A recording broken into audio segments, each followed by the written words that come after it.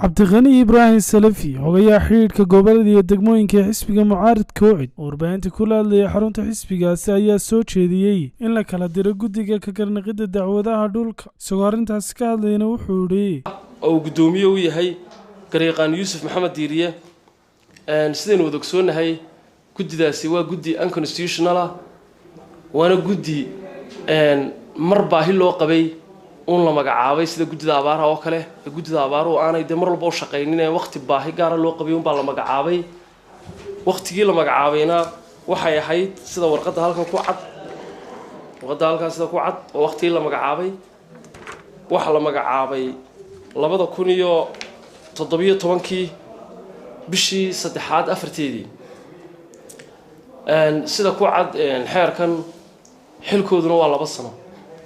labadii sano bil bay dhaafeen oo imika waxaan taaganahay 19 bishii afraad haba yaraatee dacwadaha ay u gudbiyeen dadkan dacwoonaya ee dhulka doonayeen loo garnoqo guddida markii u geeyeen ee lacagta laga qaaday xitaa waxa ku jira halkan waraaqaani hor yaala haweeney tiri anigoo guddidii ka horeysay u soo dacwooday oo lacagta registration-ka bixiyay ay haddana mar labaad iga qaadeen $1500 haddana waxba looma qaban sida ay dadku sheegeen waraaqaha lacagta laga qaday lama siiyo ama rasiidka lama siiyo waa loo diidaa lacagtu baa laga qaataa iskana tag baa la yiraahdaa waxbana looguma qaban marka waxaan leenahay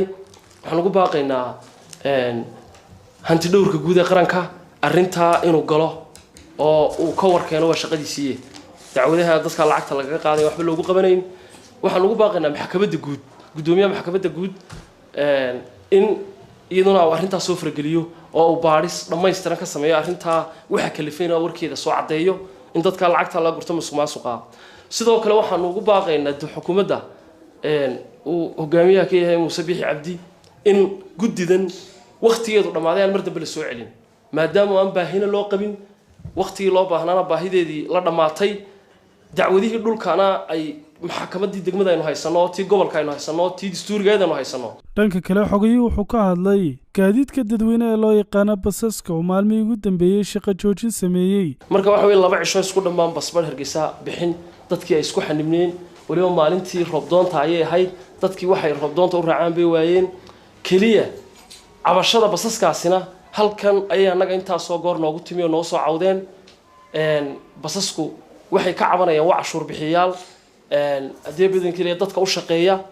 waxay ka cabanayaan tagaasida yaryar oo shaqadii loo kala xadin waayay hawshaan waxa iska la dawladaha hoose regulation-ka basaska iyo tagaasida iyaga labadaba siiya liisamada waa in mid walba qayb gaar ah oo qaabilsan yahay de weyn loo xadeeyaa Ismaan Axmed Ismaan Saabti Hargeysa